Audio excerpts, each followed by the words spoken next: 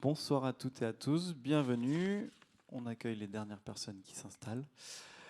Merci à vous d'être présents ce soir, malgré le beau temps. Je sais que les tentations pouvaient être fortes, mais merci à vous. On est ravis de vous accueillir ce soir pour cette conférence des Vendanges du Savoir sur une thématique très intéressante sur les appellations d'origine et sur cette notion, font-elles rêver encore ou pas? Toujours, on verra. On est ravis d'accueillir cet événement. On est ravis aussi d'accueillir notre public qui nous suit sur Zoom. Voilà, bienvenue à vous également. N'hésitez pas à nous faire part de vos remarques via la question QR si vous avez le moindre souci technique. Et via cette même rubrique, vous pourrez aussi poser vos questions directement après la conférence, car on va avoir un temps de conférence et après on aura un temps de questions-réponses avec vos questions et aussi celles du public sur Zoom. Voilà. Merci encore. Je vais appeler Éric Giraud-Hérault des Vendanges du Savoir et de l'ISVV pour présenter notre intervenante. Et je vous souhaite à tous et à toutes une très belle conférence. Merci beaucoup. Merci. Alors, merci donc pour cette journée des Vendanges du Savoir, cette soirée des Vendanges du Savoir. On a eu le plaisir d'accueillir Sylvaine Boulanger, qu'on vous remercie beaucoup, qui vient de Sorbonne Université, qui est maîtresse de conférences de Sorbonne Université, qui est géographe et qui travaille sur les appellations d'origine contrôlée et notamment sur la perception des appellations d'origine contrôlée plutôt que sur la construction des appellations d'origine contrôlée. Alors, Sylvaine, tu vas nous expliquer ça un peu plus précisément, pourquoi tu travailles sur la perception, est-ce qu'elles font rêver, est-ce qu'elles ne font pas rêver, sachant que c'est un peu notre modèle français, mais comme je te le disais, comme on en parlait juste avant cette intervention, ben, c'est aussi un concept européen, mais qui est quand même attaqué, en tous les cas, on se pose la question, mais est-ce qu'il n'est pas perçu différemment aujourd'hui, compte tenu de tas de considérations environnementales ou aussi de qualité? Voilà, Sylvaine, sans plus attendre, Sylvaine, je te donne la parole et puis on pourra discuter après et poser des questions. Tu as 1 heure. Merci beaucoup, Éric. Merci. Effectivement, mesdames et messieurs, bonsoir. Et je remercie grandement les Vendanges du Savoir de leur accueil, de la qualité de leur accueil dans cette si belle cité du vin. Effectivement, les AOP, les appellations d'origine, ne feraient-elles plus rêver? C'est une grande question et j'ai déjà eu l'opportunité d'évoquer cette question liée aux appellations d'origine dans un article qui remontait à 2019. Alors, on pourrait me dire, mais pourquoi, encore une fois, remettre l'ouvrage sur le métier? Eh bien, tout simplement parce que depuis 2019, la question mérite encore d'être évoquée, discutée. Je pense qu'on aura l'occasion de largement la discuter. Et elle revêt un sens accru avec les évolutions économiques du vignoble français ou des vignobles français et des considérations environnementales et sociales. Il ne faut pas les oublier. Donc, j'ai souhaité réfléchir de nouveau et affiner cette question-là. Et je vous fais part de façon tout à fait indirecte dans cette conférence des recherches que je mène autour de la notion de durabilité. De la durabilité au sens économique, social et environnemental. Et ces recherches, elles sont liées à de très nombreux acteurs sur le terrain. Et je tiens à le souligner, c'est fondamental parce que, en tant que géographe, l'un des matériaux principaux, ce sont les entretiens sur le terrain et ce sont les acteurs, au premier rang desquels les vignerons, les viticulteurs, les responsables de syndicats d'appellation, donc les ODG, les institutions, l'INAO. On va retrouver, au-delà de l'INAO et les ODG, les SAFER, les chambres d'agriculture. Et c'est vraiment un point fondamental de rappeler que les connaissances et l'éclairage que je vous propose est lié à ces entretiens que j'ai, et à certains moments, je proposerai quelques citations. Et j'aurai toujours l'œil du géographe, donc du terrain, avec des incursions économiques. Alors, pourquoi les appellations d'origine qui figurent au sommet de la hiérarchie des vins ne feraient-elles, j'utilise bien le conditionnel, je suis prudente, ne feraient-elles plus rêver? Alors, dans un premier temps, je repars des définitions du terme que j'ai utilisé, rêver. Et si je prends le Centre national de ressources textuelles et lexicales, j'ai un premier sens, donc de laisser aller sa pensée, encore une fois, au gré des associations d'idées. En gros, ça convoque, cette idée convoque l'imaginaire, on pourrait le dire ainsi. Et c'est lié au vin en général, peut-être aux appellations d'origine, mais pas uniquement aux appellations d'origine. On peut rêver, faire jouer l'imaginaire pour des vins de France, hein. Là encore une fois, c'est important de le dire. Donc, ce n'est pas ce premier sens sur lequel je vais m'attarder, mais plutôt le second, cette idée de désirer ardemment. Désirer ardemment, c'est-à-dire que si je pose la question, je m'interroge, hein, je n'ai pas de réponse unique, absolument pas, mais je m'interroge, ça veut dire que si on se demande si elle ne ferait plus rêver, c'est que le désir n'est peut-être plus là, il est peut-être simplement émoussé, et il s'agit d'essayer de voir quelles sont les causes, les éléments qui seraient reprochés, notamment essentiellement de la part des producteurs, je m'intéresse davantage aux producteurs, donc en lien avec ces appellations. Pourquoi y aurait-il des hésitations à y rester, ou alors pas d'hésitation du tout à ne plus revendiquer, j'insiste bien, ces appellations. Donc ce sont des questions qui m'interpellent beaucoup, et notamment je suis toujours sensible à cette idée telle personne sort de l'AOP ou de l'AOC. Donc je rappelle, hein, l'AOC c'est le terme français pour les appellations et AOP c'est l'équivalent européen. Mais l'idée de sortir, je la trouve toujours délicate, parce que le vigneron ou le viticulteur, il ne sort pas de l'aire d'appellation, il ne revendique pas l'appellation, mais il n'en sort pas de facto. Mais je m'intéresse véritablement à ces éléments-là, mais je précise d'emblée dès cette introduction qu'il est très délicat de recenser ces vignerons et viticulteurs, parce qu'il n'y a pas de recensement direct, très délicat de les recenser parce que certains sont en appellation d'origine et d'autres sont simplement en vin de France, mais certains font les deux, appellation et vin de France, donc c'est toujours compliqué. Et ils restent très minoritaires en France, ceux qui ne veulent plus de l'appellation et revendiquent directement les vins de France. Il faut rappeler qu'ils sont très minoritaires. Alors au-delà de cela, c'est dit en introduction, donc je vais m'intéresser essentiellement donc à ces producteurs qui hésitent. Alors, pour quelles raisons aussi je m'y intéresse, toujours dans ce propos préliminaire, c'est parce qu'au moment du contexte de la réforme donc, de l'organisation du marché européen du vin, en 2007, la revue de 60 millions de consommateurs avait titré et évoqué, je les cite de façon récurrente, qu'il fallait... Donc, je vais expliquer précisément après ce schéma-là. Il demandait à ce que, dans le cadre de cette réforme, on redonne de la crédibilité au vin AOC, je les cite. Il fallait recentrer l'appellation sur le terroir, et il constatait une baisse qualitative et régulière des vins, donc de la qualité des vins en appellation d'origine. Donc, à partir de ce moment-là, on a eu toute une série de titres et de sous-titres qui sont apparus et que je vais vous présenter dans des revues vitivinicoles, mais aussi, après, progressivement, sur des sites Internet qui remettaient en question, qui interrogeaient la notion de qualité, donc en lien avec ces appellations.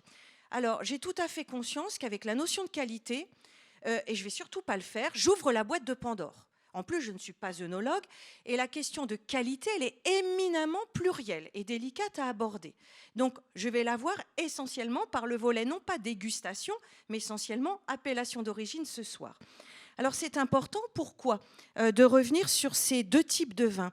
Tout simplement parce que ce que je vous ai mis donc, dans toute la partie gauche, ce sont les vins dits d'appellation d'origine, et comme vous le voyez très bien, ils sont donc d'indication géographique, pardon. On a d'un côté les vins d'appellation d'origine, ceux qui m'intéressent aujourd'hui avec vous, et les vins IGP. Et lorsque on voit très bien ces vins d'appellation, tout en bas, j'ai une sorte de pyramide dans ces appellations. Et cette pyramide, elle joue un rôle fondamental dans mon propos. C'est-à-dire que lorsque j'ai mes vins d'appellation d'origine, en bas de la pyramide, on va dire de façon globale, je prends des raccourcis, une appellation générique, on va dire régionale, Alsace, ça peut être Chablis, Bourgogne, Provence.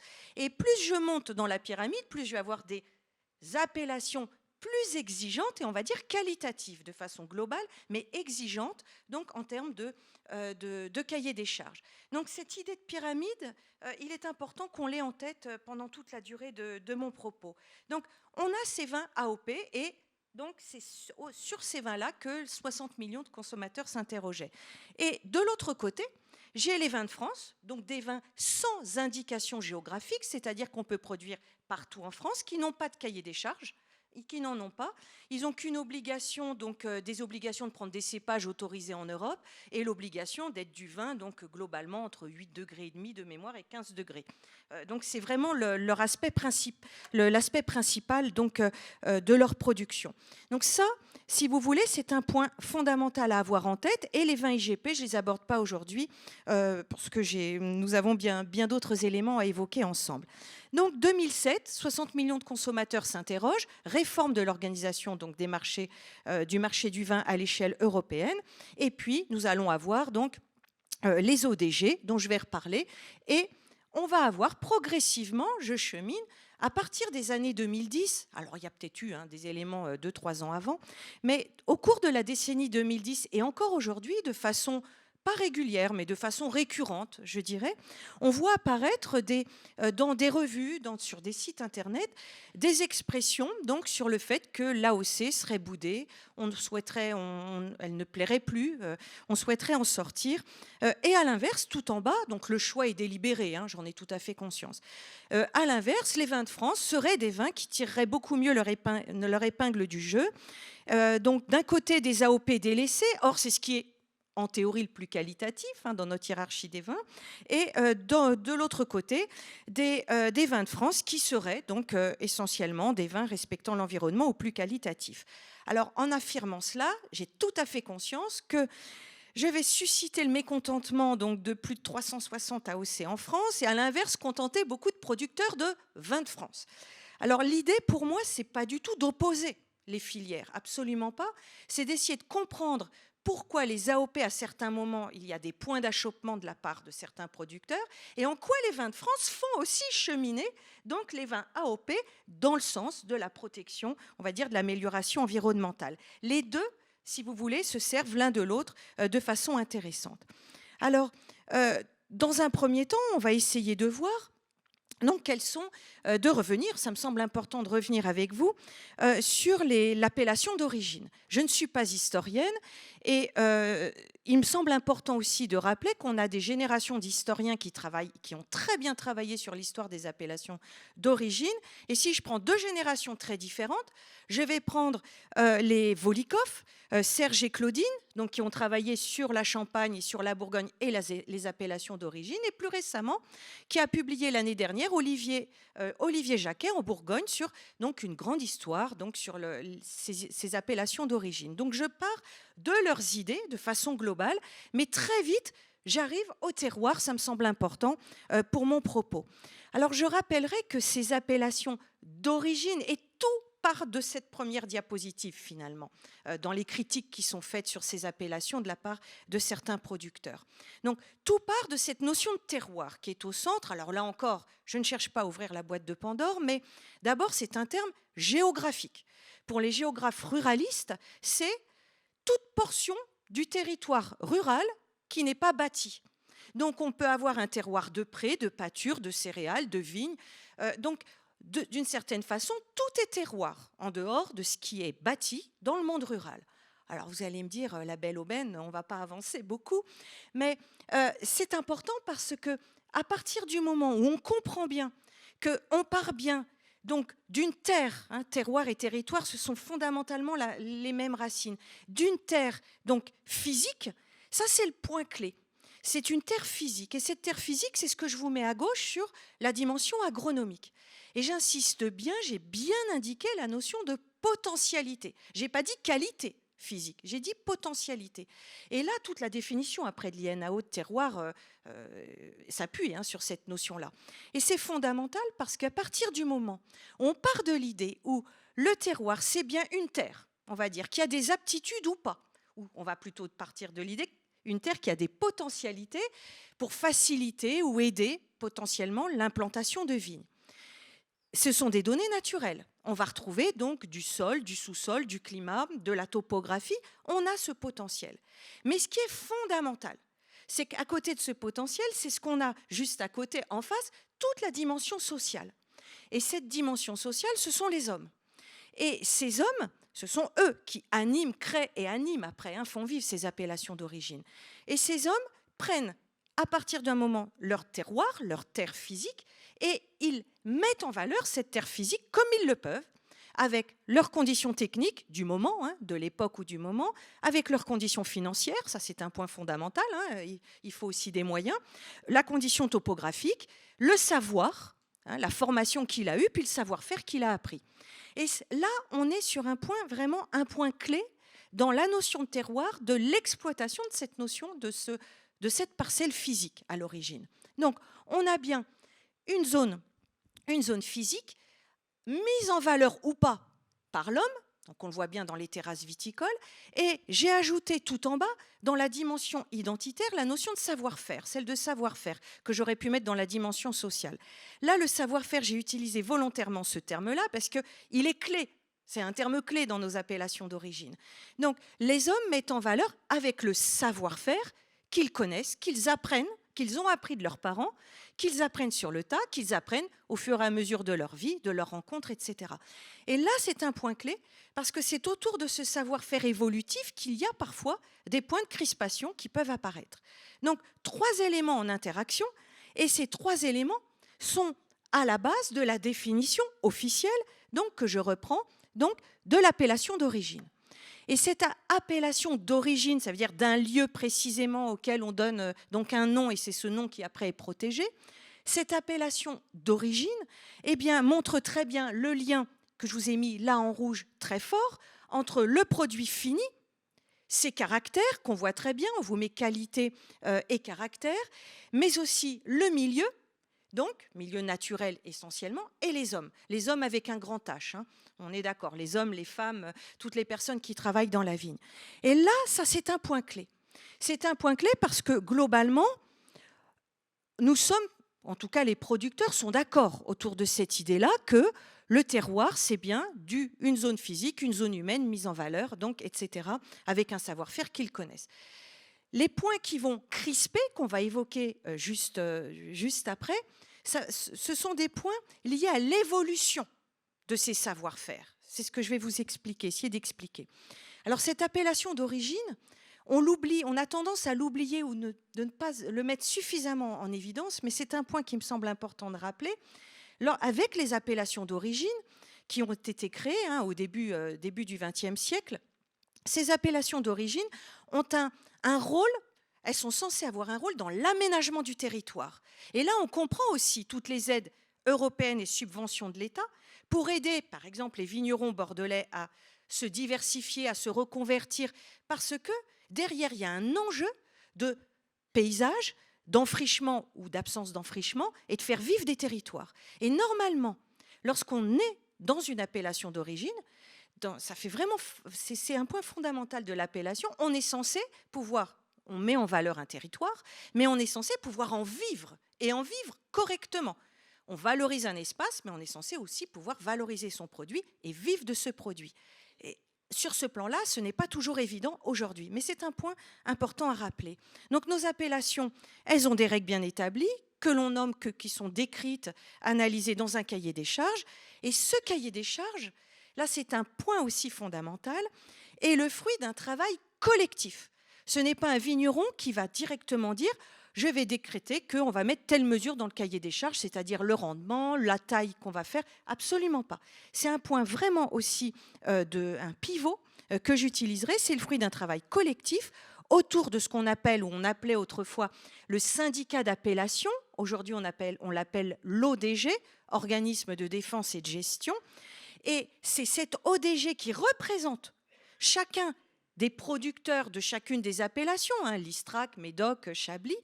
Et c'est cette ODG qui va représenter ces vignerons et viticulteurs auprès de l'INAO. Et c'est l'ODG qui va bâtir avec ces, et j'insiste vraiment là-dessus, avec ces vignerons ou viticulteurs, donc leur cahier des charges, et qui va défendre, ça c'est un point clé, qui va défendre donc les intérêts de tous les opérateurs faisant partie de l'appellation. Donc l'ODG est à l'intersection des producteurs et de l'INAO. Alors de cette manière, les appellations d'origine, on comprend bien, sont bien une construction sociale, j'insiste sur ce plan-là, collective, donc issue pour les premières du fruit de la lutte contre la fraude. Au début du XXe siècle, on voulait lutter contre la fraude donc des vins qui n'en étaient pas. Le vin a une définition. Et les appellations associent, j'insiste véritablement là-dessus, les producteurs et, je vais dire, les institutions, et dans la création des appellations, le politique, le domaine du politique. Néanmoins, des points de friction surgissent de temps en temps, au point que des vignerons finissent par ne plus désirer cette AOP. Alors, ne plus désirer cette AOP, il y a, globalement, j'ai regroupé cette absence de désir en 4 raisons, pour être plus synthétique. Tout d'abord, la première raison, je l'organise autour d'un triptyque, donc terroir, typicité et repli. On va repenser à la pyramide de tout à l'heure, ça me semble important. En effet, on le comprend, un vin d'appellation est censé révéler le terroir physique et le terroir humain, savoir-faire et terre, hein, qu'on a évoqué tout à l'heure, mais il doit aussi, en termes de goût, ça c'est un point clé, répondre à la typicité attendue de l'appellation d'origine. La typicité, c'est d'une certaine façon un air de famille. En gros, il faut voir la typicité comme un élément lors de la dégustation dite d'agrément, un élément, si vous voulez, on va retrouver la couleur du vin, l'acidité, la concentration, la dilution.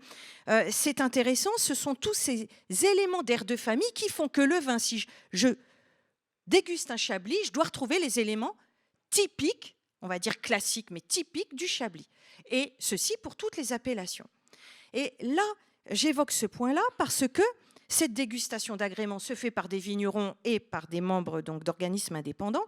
Et si la dégustation ne répond pas aux critères de typicité, ce sont des grilles hein, avec des cases qui sont cochées. Hein, si, d'une façon globale, si la typicité n'est pas conforme, le vin n'est pas conforme à la typicité attendue, donc là, le vigneron, eh bien, on va lui demander de replier son vin, de déclasser son vin. Donc, si le vigneron est tout en haut de la pyramide, qu'il a une appellation grand cru, premier cru ou une appellation communale, et que son vin peut quand même répondre à la typicité de l'appellation générique, on va dire régionale, on va quand même l'autoriser à vendre son vin, donc on va dire l'appellation Alsace ou l'appellation Provence, bon, par exemple. Mais si son vin ne correspond même pas à l'appellation régionale ou générique, il va devoir obligatoirement se replier en vin de France. Alors, ce point n'est pas forcément évident pour tous les vignerons. On pourrait se dire, bah, écoutez, c'est normal, il ne répond pas à la typicité attendue, il ne coche pas toutes les cases. Bon, pour le consommateur et pour l'INAO, c'est normal, il ne peut pas vendre son vin parce qu'il est un point clé. Le consommateur qui va attendre telle qualité gustative, hein, telle description gustative d'un Chablis ou d'un vin de Provence, il va s'attendre à un goût spécifique et il faut qu'on lui apporte ce goût-là. Donc, c'est le respect de l'appellation d'origine. Je suis toujours dans les règles. Hein. Pour l'instant, je suis toujours dans les règles, en théorie. Donc, il ne répond pas à la typicité attendue, donc le vin est déclassé de façon obligatoire. Alors, ce n'est pas toujours évident pour nos vignerons, nos producteurs, notamment ceux qui pensent, mais à juste titre, faire respecter leur terroir, mettre très peu de produits chimiques, valoriser la vigne, récolter avec des rendements pas trop élevés, plutôt dans la fourchette basse du décret d'appellation, et qui voient leur vin retoqué. Et je vous fais une citation d'un vigneron alsacien que je ne cite pas, mais c'est vraiment important de comprendre le ressenti de ces vignerons-là. Je le cite, « On me reproche de faire du vin différent, qui ne respecte pas le cahier des charges, c'est-à-dire je suis à la limite, il est à la limite des rendements inférieurs.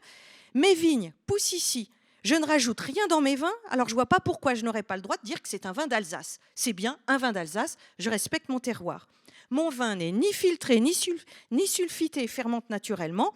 Alors oui, ça donne des vins très particuliers, on y est, souvent peu sucrés, avec des arômes poivrés et épicés, mais dès qu'on a des pratiques différentes, ça brusque les gens. Et je ne coche pas les éléments de la typicité. Alors oui, c'est compliqué. C'est compliqué pour ces vignerons, et ils sont très souvent en vin naturel et en vin biodynamique, pour ces vignerons qui ne peuvent pas, alors qu'ils ont le sentiment de bien faire par rapport à leur terroir, c'est la base hein, de l'appellation, de bien faire leur vin. Alors ça pose une question, et c'est toujours la même depuis plusieurs années. Comment peut-on arriver, ou comment un vigneron peut-il arriver à conjuguer ou associer typicité, il faut remplir les cases, typicité et originalité. Donc typicité, c'est le caractère commun, on est d'accord, et l'originalité, comment peut-il et jusqu'où peut-il se permettre d'être singulier dans le caractère commun. Et ceux qui n'acceptent pas de réfléchir à cela, forcément, basculent en vin de France parce qu'ils ne veulent pas faire l'effort ou ils ne peuvent pas, ou ça leur pose trop de difficultés, encore une fois, de respecter entièrement le cahier des charges. Le deuxième élément qui me semble important d'évoquer auprès de vous, au-delà de ce sentiment d'incompréhension, c'est le raccourci très souvent rapidement établi de dire que finalement les vins d'appellation d'origine sont devenus des produits standardisés. Parce que finalement on respecte tous, il suffit de respecter un cahier des charges, je vais dire peut-être dans le cahier des charges moyen, aucune difficulté, on va avoir son vin à chaque fois qui sera dans la bonne typicité, mais finalement on finit par tous avoir les mêmes vins. Sur certains points, tout n'est pas faux dans ce type de phrase. Mais, encore une fois, ce qui est compliqué, c'est que l'INAO, son rôle à l'INAO, c'est d'assurer aux consommateurs, cette fois-ci, un vin qui propose des qualités gustatives régulières dans la durée, ou sur la durée, pour que, quand vous et moi, on achète un vin d'une appellation, on ne soit pas complètement décontenancé. Et vous voyez la grande difficulté entre ceux qui veulent vraiment de l'appellation, mais trouvent c'est plus possible, je veux vraiment trop respecter mon terroir, je bascule en vin de France, et l'INAO qui assure donc, si vous voulez, la garantie d'une typicité pour vous et moi, je vais dire classique, moyenne ou alors standard, tout dépend du terme. Et c'est toujours une question de curseur. Et c'est cet aspect-là qui n'est pas forcément évident à réaliser pour une partie de nos vignerons. À cela s'ajoute un autre élément, c'est la croissance du nombre. Je vous présenterai une carte après. C'est la croissance donc du nombre des AOP. Effectivement, dans la question des appellations d'origine, elles ne cessent de croître. Elles ne cessent de croître, c'est bien la preuve de leur succès. Certains disent que c'est un trop gros succès. On ne devrait pas avoir autant d'appellations d'origine. Donc ce n'est plus un produit de distinction. Donc à quoi ça sert d'avoir une appellation d'origine? Ça ne nous permet pas de nous distinguer sur le marché. Et dans les faits, et c'est vrai que certains qui organisent très bien leur communication autour d'autres vins, ça peut être aussi des vins IGP, mais des vins de France, peuvent très bien beaucoup mieux vendre leurs vins et beaucoup plus cher que des vins d'appellation d'origine. Mais c'est la grande question. Donc l'idée, c'est de se dire, ça ne distingue plus, mais ça protège le consommateur et puis c'est le résultat d'une histoire et d'une construction collective. Effectivement, les vins AOC, c'est à peu près 60% des superficies en France. Pour avoir une idée, donc on est un peu plus de la moitié, je parle que AOP. Si je prends tous les signes de qualité, IGP, AOP, bio et label rouge, donc tous les signes, pas que le vin, on est à 95%, donc là l'élément de distinction effectivement existe moins, mais les AOC, c'est quand même 80% du chiffre d'affaires de la filière. Donc, d'une certaine façon, ça rapporte encore, mais pour peu qu'on ait un vin donc, qui corresponde à la typicité et qu'on arrive à le vendre derrière, ça, c'est encore une autre affaire. Alors, ces nouvelles appellations qu'on a constamment, et je les ai sur une carte. Je pense que ce serait bien de vous la présenter dès à présent. Sur une carte qui s'arrête ici en 2017 parce que l'édition qui monte jusqu'à l'année 2025 va bientôt paraître, mais elle n'est pas encore publiée. Donc on voit bien effectivement tout ce qui est rouge-bordeaux. Donc tout ce qui est Bordeaux, on voit très bien qu'entre 2000 et 2017, on a un nombre d'appellations qui semble enfler sur le territoire.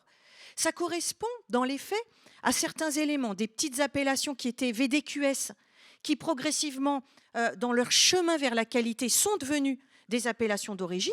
Donc je pense au Valençay, je pense aux Côtes de Toul. On va aussi avoir des anciens vignobles dans le Massif central, des vignobles qui sont des vignobles patrimoniaux, de renaissance, donc qui ont demandé l'appellation et qui ont validé leur cahier des charges. Et puis on peut aussi retrouver dans cette croissance des appellations, donc ça prouve bien que les appellations font rêver, encore une fois, ou peuvent faire rêver, on va retrouver des appellations quand on a un étage supérieur à notre pyramide. C'est imaginer des vins qui n'ont pas de premier cru et qui vont demander des premiers crus. Donc ce sont souvent des ajouts d'étages dans la pyramide, des VDQS ou des vignobles en renaissance. Donc on a bien, et dans la citation, parce qu'il faut que je sois honnête, ne pas mettre que ceux qui boudent les AOC, on voit bien que certains veulent l'AOC, donc parce que c'est encore pour eux, a priori, donc un synonyme de valorisation. Si je retourne juste sur mon dernier élément, ici, dernier élément de critique, point d'achoppement, de friction parfois, c'est effectivement l'organisation en elle-même des appellations d'origine et leur gouvernance. Et la gouvernance notamment par les ODG qui font remonter les demandes des vignerons donc, vers l'INAO, et après, en attendant que l'accord de l'INAO redescende et permette donc de changer le cahier des charges. Et pour certains vignerons, ce système-là est trop rigide. Il est trop rigide, il est trop lourd, il est trop lent. Tout seul, on va plus vite. Oui, tout seul, c'est effectivement, on va aller plus vite. Mais après, encore une fois, l'idée, c'est pas forcément d'aller vite pour l'INAO. Dans les appellations, c'est de bien faire les choses. Bien faire les choses, pour quelles raisons ? Et je ne défends pas l'INAO plus que cela, je ne travaille pas pour l'INAO, je le précise bien, hein, c'est important. Parce que à chaque fois qu'il y a un changement dans le cahier des charges qui est opéré, qui est validé hein, par l'INAO dans le cadre de l'appellation d'origine, il faut toujours penser que ce changement après est applicable à tous les producteurs de l'appellation. Donc pour l'INAO, il n'est pas question que le changement dans le cahier des charges soit le fait d'un, deux, 5, 10 uniquement vignerons qui voudraient absolument tirer la couverture à eux et après peut-être au détriment de l'ensemble de l'appellation. Donc c'est très important et le temps d'étudier tous les changements, encore une fois, ou les propositions dans le cahier des charges et de voir si globalement cela peut bénéficier à l'appellation, ça demande du temps. Alors après, les choses pourraient peut-être se faire plus vite, ça c'est une autre affaire. Mais c'est important de le rappeler. Donc ces 4 éléments font partie de ceux qui sont donc parmi les éléments de critique les plus souvent évoqués. Donc là, je synthétise, c'est ce repli imposé, donc pas toujours bien vécu par les vignerons. Certains même anticipent ce repli directement. C'est ce que je vais voir avec vous. Donc en vin de France, la hausse des appellations. Et je synthétise ici ce que je vous montre, et ça me permet de faire ma transition avec l'élément qui suit. En gros, sur la partie qu'on a à gauche, on retrouve donc cette sorte de pyramide donc d'interaction, d'échelon, de décision. Le producteur qui a une idée, il en fait part à son ODG, il en discute avec l'ODG, aller-retour entre producteur et ODG, puis après, l'ODG doit discuter avec le comité régional de l'INAO, ça ne monte pas encore à l'échelon national, et des allers-retours constants. Alors, tant et si bien que certains vignerons, ayant des vins, je vais dire, ne répondant pas à la typicité toujours des vins attendus donc de l'appellation d'origine, décident, c'est ce que je vous ai mis dans la partie droite, de façon volontaire, directement de vendre leur vin, de valoriser leur vin en vin de France, estimant que l'appellation n'est pas aussi désirable, en tout cas à l'instant T ou une année donnée. Alors là, c'est intéressant parce que ce qui est vraiment riche, c'est d'essayer de comprendre finalement ce que cela traduit profondément chez ces vignerons. Et je pense qu'on peut voir 5 éléments principaux de traduction qui peuvent être tout à fait discutés. Hein. Ça, c'est fondamentalement décelé à partir du travail de terrain. Alors, le premier élément, c'est une lassitude. On pourrait dire une lassitude d'être constamment déclassé. Bon, autant se déclasser soi-même. Hein. Donc, on passe directement en vin de France pendant 2, 3, 4 ans, peu importe. Mais c'est important. Alors, c'est souvent les vignerons en biodynamie qui font cela parce qu'effectivement, ils ont des vins qui sont rarement proches de la typicité. Donc, ils décident directement de passer en vin de France. Alors, volontairement, je cite très peu de producteurs parce que je ne veux pas faire de publicité, mais ces producteurs-là vendent, pour certains, peuvent vendre très très bien leur vin, je vous l'ai déjà dit, à des restaurateurs. Parfois, les vins sont déjà vendus à l'avance, mais j'en citerai un simplement juste après. Alors, par rébellion, il se replie directement par lassitude, comme je vous l'ai dit. Et on connaît bien le domaine Moss dans la vallée de la Loire. Donc, c'est un domaine réputé. Et je dirais avec des vins qui se vendent en vin de France, au minimum 16 €. En moyenne, c'est entre 20 et 30 €. Donc, pour un vin de France, le vin de France, on pourrait partir de l'idée qu'il doit être qualitatif. Ça semble, c'est l'idée qu'on peut se faire. Vin en biodynamie et des vins nature ou naturels. Et Voilà ce qui est écrit quand on leur demande pourquoi ils sont en vin de France. Eh bien, ils répondent, ça vient d'une époque, 2011, hein, ça vient d'une époque où on nous refusait l'appellation à la dégustation par manque de typicité. On y est complètement. Et maintenant, on parle de ses fils, hein, et maintenant, c'est beaucoup plus simple d'être en vin de France, moins de démarches administratives, moins coûteux, on s'organise comme on le désire, ça nous convient tout à fait. Donc ce sont des personnes qui valorisent là, en vin de France, très bien leur vin et qui ne comptent pas, qui ne critiquent pas pour autant le vin d'appellation d'origine, hein, mais qui se contentent largement de ce vin de France. Le seul point souvent qui est évoqué dans les discours des vignerons, c'est pourquoi est-ce qu'on nous dit déclasser nos vins ? En fait, c'est par rapport, encore une fois, on l'a bien compris, hein, c'est sur un plan administratif, parce que ça a une connotation péjorative, alors que nous, on a plutôt l'impression de se surpasser ou de nous surpasser par rapport à nos vins. C'est souvent l'idée qui chemine auprès des vignerons. Le deuxième élément, c'est la liberté. J'aurais pu le mettre aussi en premier. La créativité, raconter son histoire, proposer des vins d'auteur, des vins signés. En fait, sortir de ce standard des vins AOP. Et de se dire, moi, si je peux sortir de ce standard, je vais afficher mes vins en vin de France, là, je vais être original. Et on va voir après sur des bouteilles ce que ça peut donner. Donc, c'est intéressant parce que dans cette idée de liberté, elle est multiple, hein. C'est vraiment l'idée d'une liberté dans le choix des cépages. Ils ne sont pas obligés de prendre dans ce qui est imposé dans l'appellation. Le choix des assemblages, le choix des rendements. Donc le choix des cuvées, etc. Ça, c'est intéressant. Remettre au goût du jour, par exemple, des cépages oubliés, alors qu'ils ne sont pas encore dans les nouveaux cahiers des charges, absolument pas. Et c'est aussi la liberté des étiquettes. Alors là, je vais vous en présenter tout à l'heure aussi. C'est la fantaisie, l'habillage, ce sont des vins marketés, en général plutôt bien marketés. Et ça peut être aussi le choix de l'élégance, de la sobriété. En fait, tout sauf les étiquettes traditionnelles des vins d'appellation d'origine. Alors, ça peut aussi s'expliquer par rapport à un type de public, notamment plus jeune, pour séduire un nouveau marché. Et c'est ce que je vais aborder juste après. C'est aussi l'idée d'accélérer le rythme des innovations. Alors, quand on parle d'innovation, ça va être de faire de la vitiforesterie sans demander l'avis, donc, ou l'aval de l'INAO. Ça va être les cépages dont je vous ai parlé. N'oublions pas que dans le cadre du réchauffement climatique, faire des vins de France, ça permet aussi d'acheter des vins n'importe où en France, pour faire ses propres assemblages et ses propres cuvées. Ça peut être intéressant pour un producteur d'aller piocher là par rapport au goût du vin qu'il souhaite. Donc ça peut être un élément riche. Et puis, il teste les cépages variés sans attendre des protocoles signés avec l'INAO. Donc, tantôt contre une maladie, tantôt contre, là encore une fois, la sécheresse. Là, c'est intéressant. C'est cette idée d'innovation. Alors l'innovation, ça peut être aussi revenir à de la complantation. La complantation, ça ne se pratique plus du tout dans les appellations d'origine, mais on connaît très bien l'Alsacien Marcel Deiss, qui depuis plusieurs années fait de la complantation en disant « mais on faisait ça autrefois ». Donc là, c'est pour montrer que les cépages, lorsqu'ils sont complantés, eh bien, ils résistent mieux aux maladies. Je dirais que les maladies n'attaquent pas au même rythme chacun des cépages, au même rythme, donc ni au même moment. Mais c'est vrai que c'est une liberté qu'on retrouve aussi dans les vins, donc dans les vins de France. Et on retrouvera les débouchés, la notion économique. Alors celle-ci, on ne peut pas l'oublier. On peut la citer en premier, d'ailleurs, là aussi. Cette idée de stratégie de distinction, on comprend bien, versus donc la stratégie de standardisation des vins d'appellation. Il est vrai que les vins de France avec des étiquettes originales, ça peut séduire. Ça peut tout à fait séduire un acheteur occasionnel ou vous, moi, on se promène, on voit une étiquette qui nous plaît, on va le prendre, on va acheter ce vin. Ça peut être une recherche d'aventure gustative.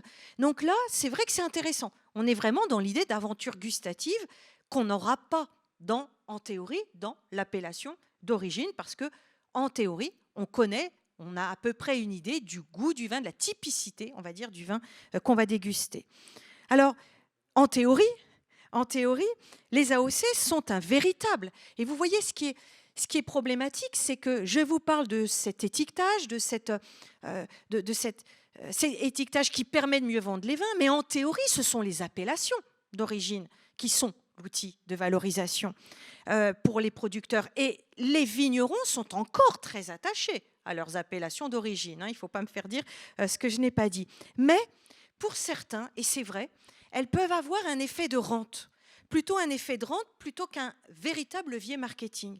C'est-à-dire qu'on peut imaginer que certains une fois l'appellation obtenue, peuvent se reposer sur le label, c'est-à-dire ne cherchent pas forcément à innover, à trouver de nouvelles techniques culturelles, de nouveaux assemblages. C'est tout à fait possible, hein.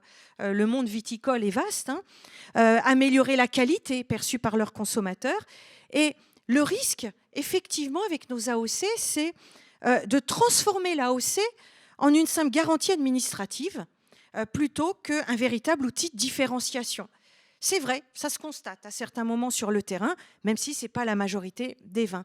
Et ça questionne, si vous voulez, ce point-là questionne fondamentalement l'exigence demandée par certains vignerons dans l'élaboration ou l'évolution des cahiers des charges. Certains aimeraient fondamentalement des cahiers des charges beaucoup plus exigeants. Mais la difficulté, c'est toujours la même.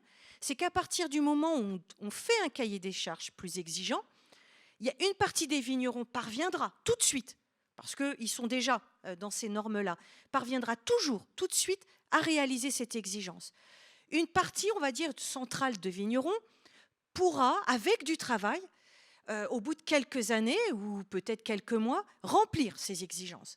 Mais pour l'INAO, ce qui est important aussi, c'est de voir comment les vignerons qui seraient plutôt en queue de peloton, si vous voulez, pourraient, là, encore une fois, remplir ces exigences. Donc, si on dit tout de suite, bah oui, soyons qualitatifs, distinguons encore mieux les appellations, soyons très exigeants, la difficulté, c'est, encore une fois, de faire en sorte que tous les vignerons puissent, à terme, répondre à ce cahier des charges et vivre de leur production. Et là, parfois, c'est une grande difficulté. Alors, le dernier point pourrait surprendre. J'écris ici élaborer des vins de qualité ou des vins qui révèlent leur terroir. Ça pourrait surprendre parce qu'en théorie, c'est le rôle des vins d'appellation d'origine. Or, c'est aussi un des arguments de ceux qui basculent en vin de France. Je vous l'ai dit tout à l'heure, je me rapproche de mon terroir, puisque de toute manière, je ne mets quasiment rien. Je suis en vin nature, en vin biodynamique, je prends soin de mon terroir, je laisse beaucoup de plantes pousser, beaucoup d'enherbement. Donc là, pour ces vignerons, je suis proche du terroir, sauf qu'ils ne répondent pas à la typicité. Et je dirais que sur certains sites de vignerons, la publicité ou ce qu'ils affichent n'est pas toujours évident pour le consommateur que nous sommes, les consommateurs que nous sommes.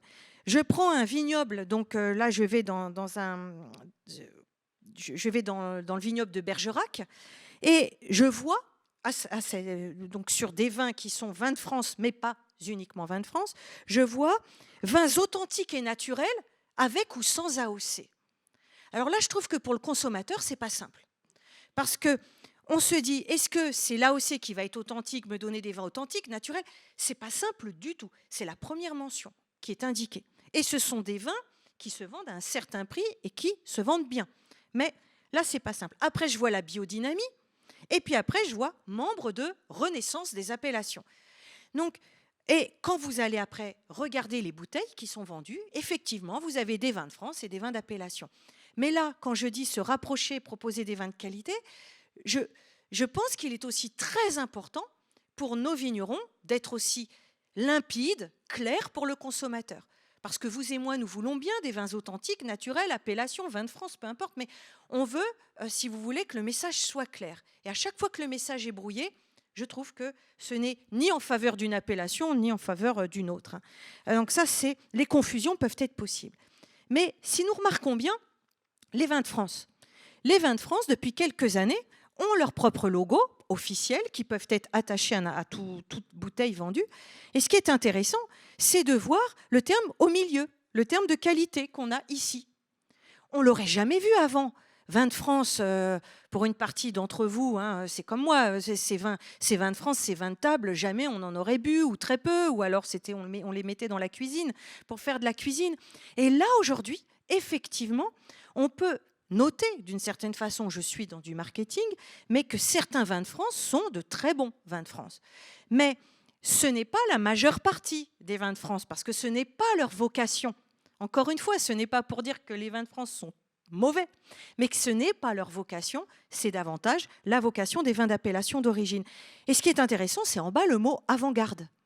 Et sur le fond, c'est par l'étiquetage que le côté avant-gardiste apparaît principalement. Donc, et je n'en doute pas, on peut trouver de très bonnes cuvées, des cuvées excellentes, comme on en trouvera dans les appellations et comme on trouvera de mauvaises cuvées dans les appellations et de même dans les vins de France. Donc, ce n'est pas simple. Là où je trouve que c'est pour le consommateur et pour la société, les termes sont plus délicats lorsqu'ils sont utilisés dans la presse, c'est quand on nous parle d'environnement. Ça sous-entend potentiellement que les vins d'appellation d'origine ne prennent pas garde à leur environnement ou pas suffisamment garde à celui-ci. Je trouve que c'est un petit peu délicat. Là encore une fois, pour le consommateur, on va espérer que le consommateur fasse logiquement la part des choses. Alors, toutes ces questions posent celle de la marque versus le label.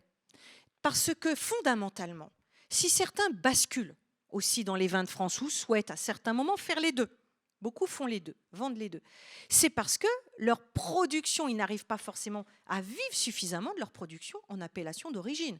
Ça, on peut tout à fait le comprendre. Parce que le label, on est d'accord, c'est un signe de reconnaissance.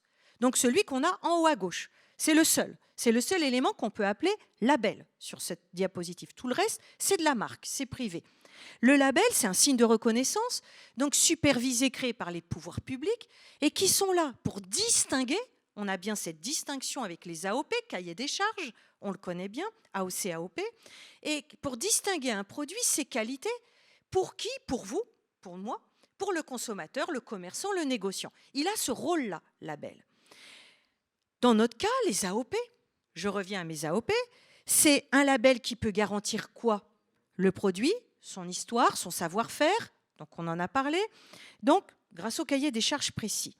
Et en théorie, je dis bien en théorie, avec le label, la reconnaissance de la qualité est tout de suite rattachée à ce label-là et permet en théorie de proposer des vins plus chers que les vins de France. Je dis bien en théorie. Or, ce n'est pas toujours le cas, je vous en ai déjà parlé, et certains producteurs cherchent à renforcer l'effet de leur label par des contre-étiquettes, des logos, donc d'ajouter un élément de marque. Puisque aujourd'hui, pour certains consommateurs, et peut-être pour les plus jeunes, mais pas uniquement, simplement AOC, AOP, bon, c'est un joli logo, un petit macaron, mais ce n'est pas forcément un élément qui va déclencher, parce que le but, c'est bien de déclencher l'acte d'achat. Donc, ça pose question. Et d'autant plus que dans un contexte économique toujours plus rude, où les seules valeurs de savoir-faire, je dirais, de tradition, de réputation, de qualité ne suffisent pas toujours, cela interroge. Je vais en reparler. Donc le moyen, c'est de renforcer par la marque. Mais si vous regardez bien, cette marque qui n'est plus possible à compter de 2025, Sud de France, cette marque, donc Sud de France, c'est une marque, comme beaucoup de régions, la Bretagne, beaucoup de régions ont créé leur marque, l'Alsace aussi. Donc, ces marques existent. Elle a été créée en 2006 par la région Occitanie pour mieux vendre les produits viticoles et agroalimentaires. Donc, les vignerons ont bien compris, Sud de France, c'est fantastique, Sud de France. C'est absolument fantastique, notamment pour les étrangers, parce que c'est le mot Sud. Donc, quand ils voient cette marque-là, ils achètent, parfois plus que l'AOP. Donc, les vignerons se sont mis à diffuser, à écrire sur plus de 7000 bouteilles, 7000 exploitants, 7000 bouteilles. 7000. Donc, on se retrouve avec la notion donc, de Sud de France. Et là, ça a posé des difficultés, parce que si on regarde de façon non, c'est 7020, que je ne vous dise pas de bêtises, ça c'est important. Si on regarde la réglementation communautaire, donc européenne, de l'étiquetage, eh bien cette réglementation, je la cite, interdit de faire figurer des mentions géographiques non définies comme AOP ou IGP afin de garantir l'origine des produits. Donc cette mention, cette marque va être supprimée, doit être supprimée. Alors, c'est vrai pour les signes AOP. Donc, qu'est-ce qui reste pour les contre-étiquettes?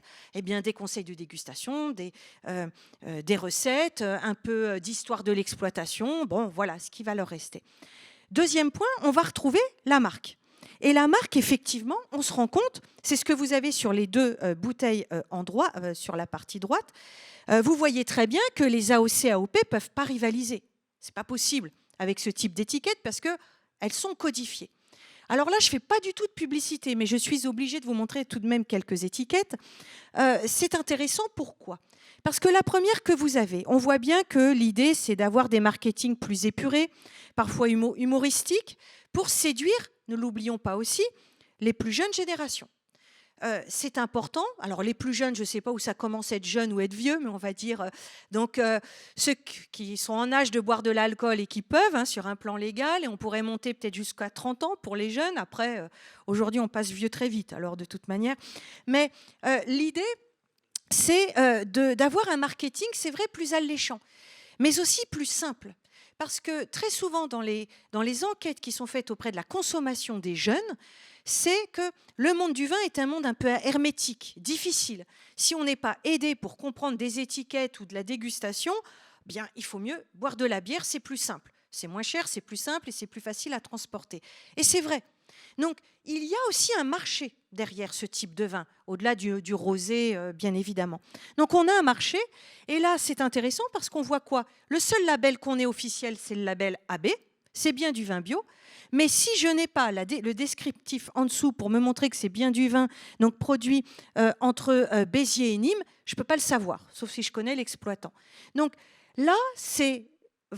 Quand vous allez acheter, quand on achète ce vin, ce n'est pas la finalité d'aller consommer une région.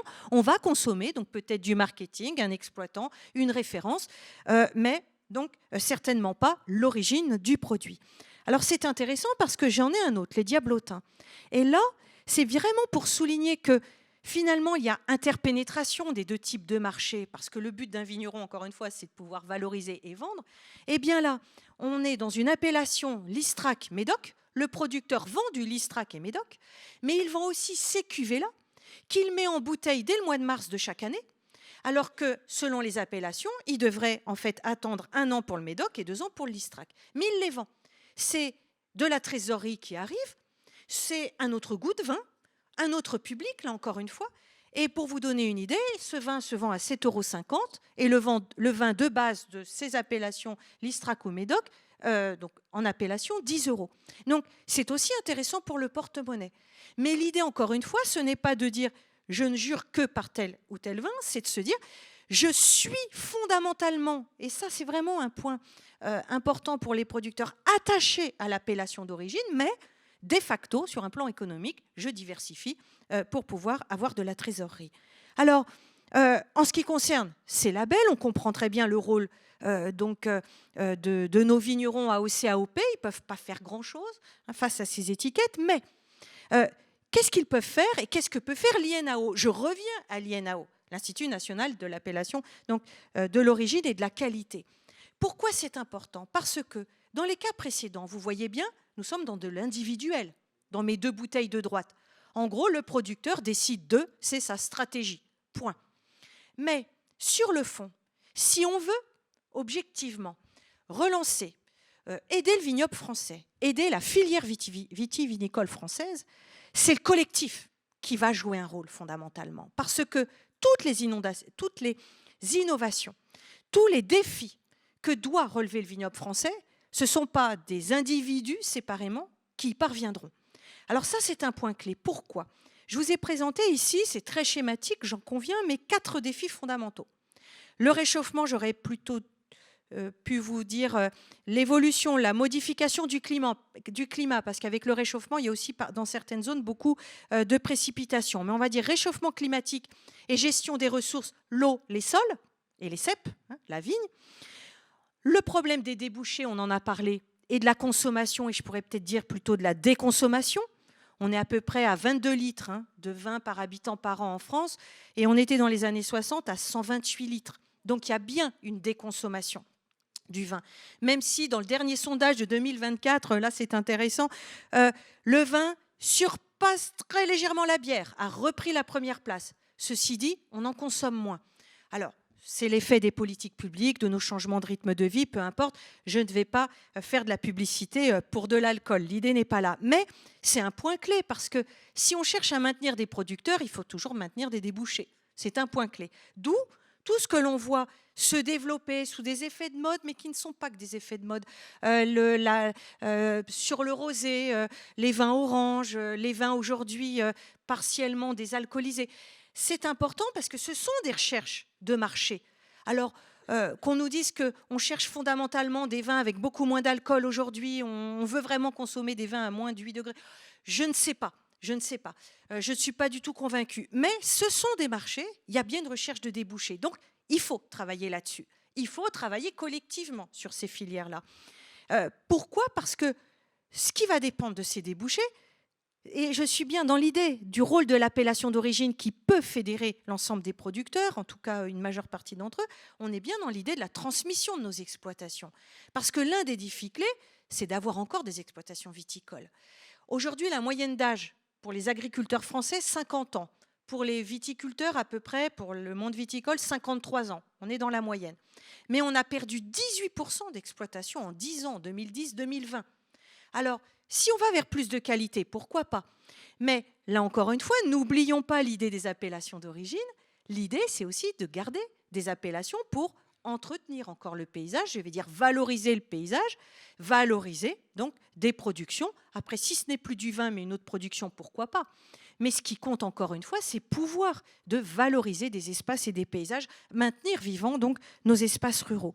Donc c'est intéressant parce que si on réfléchit bien, tout ce qui va être nouveaux cépages. Donc là encore une fois, ces nouveaux cépages, ils se développent, ils ont un but de façon globale. Vous avez certainement eu déjà des conférences sur cette thématique-là, notamment sur les vins nature. J'ai bien compris. Mais ces variétés-là, qu'on appelle des variétés d'intérêt à des fins d'adaptation, essentiellement les VIFA, ça coûte de l'argent. Il faut des pépinières, il faut les développer, il faut trouver les bonnes variétés. Et cela, ce n'est pas un individu tout seul qui va pouvoir le décréter. Donc, il est important de faire des essais de façon collective. Et l'INAO, depuis 2021, avec accélération en 2023, propose des signatures de protocole avec les vignerons, en fait avec les ODG, pour tester des nouveaux cépages. On les teste pendant à peu près 10 ans. S'ils permettent de maintenir la typicité de la région, c'est la grande question, encore une fois, et s'ils sont véritablement meilleurs pour lutter contre le réchauffement climatique ou contre les maladies type mildiou, ils pourront être adoptés. C'est l'ODG qui le décidera. Mais pour tester ces nouveaux cépages, il faut une signature de protocole dans le cadre des appellations d'origine parce que ils forment donc un collectif. Et ça, c'est important de le rappeler. Et je pense notamment au vignoble que je vous ai mis là dans l'illustration. Alors, c'est plutôt l'agroforesterie, mais en dessous, la Syrah. Quand la Syrah a commencé à être testée par un vigneron au sud de Colmar en 2010, il fait à peu près 300 bouteilles. Certains ont été très surpris. Il a logiquement été critiqué de la Syrah en Alsace, quand même. La Syrah en Alsace. Mais la Syrah fait partie, depuis début 2023, des cépages qui font partie de ces cépages VIFA qui vont être testés, mais au même rang que le Nebbiolo, encore une fois, on va retrouver au même rang que le Chenin, donc pour lutter contre le réchauffement climatique. Ce sont des tests. Mais vous voyez, il a fallu un précurseur, c'est pour ça que c'est intéressant aussi, ces précurseurs, un précurseur qui a vendu ses bouteilles en vin de France, qui a testé la Syrah, qui a trouvé que sur des terroirs très secs, la Syrah rendait des vins corrects. Il a trouvé un marché, à voir si le marché perdure, mais il a trouvé un marché. Eh bien, la Syrah fait partie aujourd'hui donc de ces nouveaux cépages qui sont testés. Donc, ça me semble un point véritablement intéressant. Et de même, quand vous voyez ici l'agroforesterie ou la vitiforesterie, ça semble très simple de remettre des arbres, encore une fois, dans une parcelle. Sur le fond, oui, voilà, on va planter sur la bordure de la parcelle. Mais ce qui n'est pas du tout évident, c'est de voir, encore une fois, si cet arbre va apporter trop d'ombre, va faire de la concurrence en azote ou en eau, par exemple, à la vigne qui va être à côté. Quelles sont les meilleures variétés d'arbres qu'on va planter à cet endroit-là? À quelle distance? Donc, tous ces éléments-là, on a besoin d'études. Elles continuent, elles existent depuis le milieu des années 90 à Montpellier. Puis on a beaucoup de parcelles dans le Bordelais qui sont aussi qui se développent en vitiforesterie et partout en France. Mais l'appellation d'origine propose, là encore une fois, l'INAO, un protocole d'essai en agroforesterie un peu partout en France dès qu'un vigneron montre donc l'utilité pour préserver son terroir et le goût de son terroir. Mais c'est intéressant, ce collectif, pour une raison essentielle, c'est qu'après, cela permet de faire une synthèse et diffuser donc à toute une série de bassins viticoles, ce qui pourrait être nécessaire, utile, je vais dire qui permettrait aux vignerons de sauver leur vignoble ou de redévelopper leur vignoble. Et pour terminer, il y a un dernier projet Donc le mot vitiliance qui fait le lien avec résilience, on est bien dans les appellations d'origine, là encore une fois. Donc c'est véritablement l'idée de développer, et là c'est un élément extrêmement riche dans le cadre des appellations d'origine. L'idée, c'est que c'est mis en place par France Agrimaire, qui s'appuie sur l'Institut français donc de la vigne et du vin, mais aussi sur l'INAO, puis sur les producteurs. Et l'idée, c'est de dire, tous ensemble, on va essayer de trouver des lieux et des partenaires pour trouver sur un plan territorial, donc là c'est très ciblé, mais c'est très géographique, on n'est pas en vin de France. Donc bassin viticole par bassin viticole, on va essayer de trouver des idées d'expérimentation, d'où le terme. On va expérimenter sur des parcelles qui seront ouvertes à tous ceux qui veulent venir, donc producteurs essentiellement, qui vont venir voir ce qu'on va faire comme levier, comme innovation. Ce qui peut être intéressant, en gros c'est une forme d'incubateur d'idées, on va ouvrir ces parcelles-là, ils vont pouvoir après, on va échanger. Si le système fonctionne, on va pouvoir innover, il va être accepté, on va former des personnes derrière. Donc on retrouvera aussi tous ces éléments de formation dans les lycées professionnels à terme. Donc possiblement diffuser de l'innovation. Et 4 projets ont été retenus cette année, en début 2025, donc c'est récent, encore une fois, mais c'est intéressant.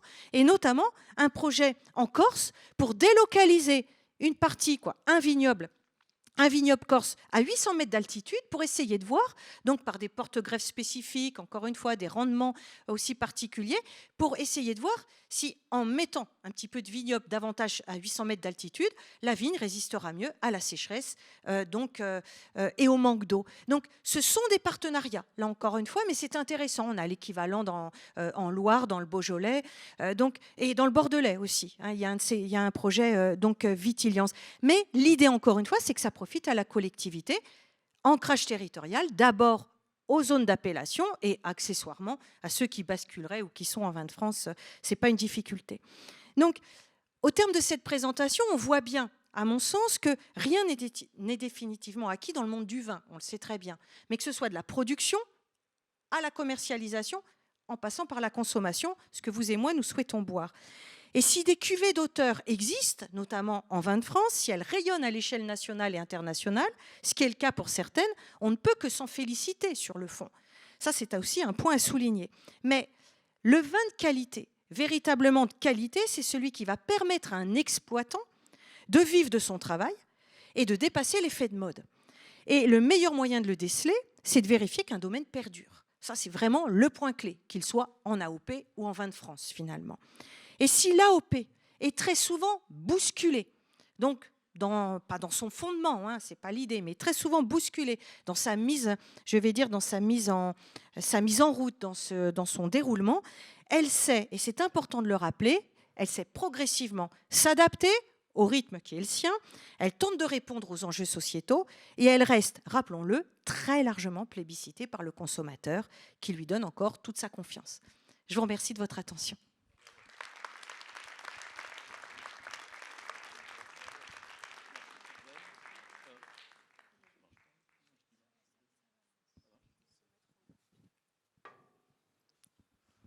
Je sais pas. Oui, c'est bon. Merci Sylvaine. En tous les cas, beaucoup de débats qui sont ouverts grâce à ta présentation sur les AOC. On va tout de suite poser des questions de la salle et puis il y en a en ligne qui vont arriver. N'hésitez pas en ligne sur Zoom à nous poser des questions.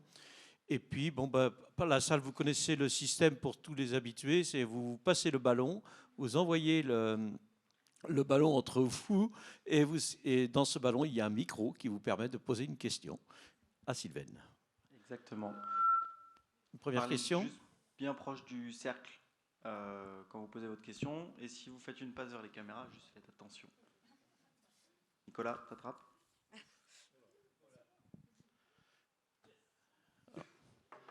On voit le rugbyman. Ex. Merci beaucoup, c'était vraiment très dense et très fouillé, vraiment très intéressant. Une conférence sur l'appellation d'origine, professionnellement j'en ai entendu beaucoup, mais celle-ci est vraiment sous un angle très, très, très ouvert. On sent tout de même le reflet, si je peux me permettre, des interviews des gens qui sont sortis du système. On a envie de mettre en face des interviews des gens dans le système Et le petit biais qui me gêne un petit peu, c'est qu'on a l'impression tout de même que dans les appellations d'origine contrôlée, il ne se passe plus grand-chose. Alors que... voilà. Donc merci. Donc je voudrais que vous disiez un tout petit peu que c'est quand même tout le contraire et que ça bouge énormément, pas seulement à Bordeaux bien sûr, mais ça change énormément. Puis après j'aurai une autre question d'un autre type. Oui. Alors, merci beaucoup de votre question. Et c'est absolument fondamental.